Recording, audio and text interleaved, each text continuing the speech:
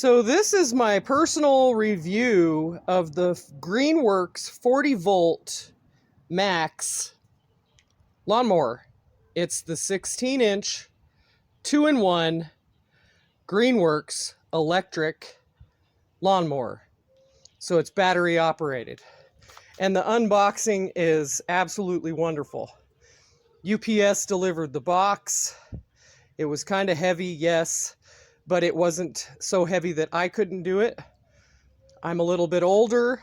I've been mowing for over 20 years. I'm tired of all the gas fumes and mixing gas and heavy mowers that have to be serviced every year, so I thought I'd give this one a try. And I have about an acre of land, and I mow for a neighbor. This little lawnmower will be good enough for the season, and I think I might bump it up to the next size up. So I'm saying thank you, Amazon, even though I did call you and complain because I had a little bit of problems with the voltage and the speed of the mower at first. I think it may take a little bit of breaking in for the mower.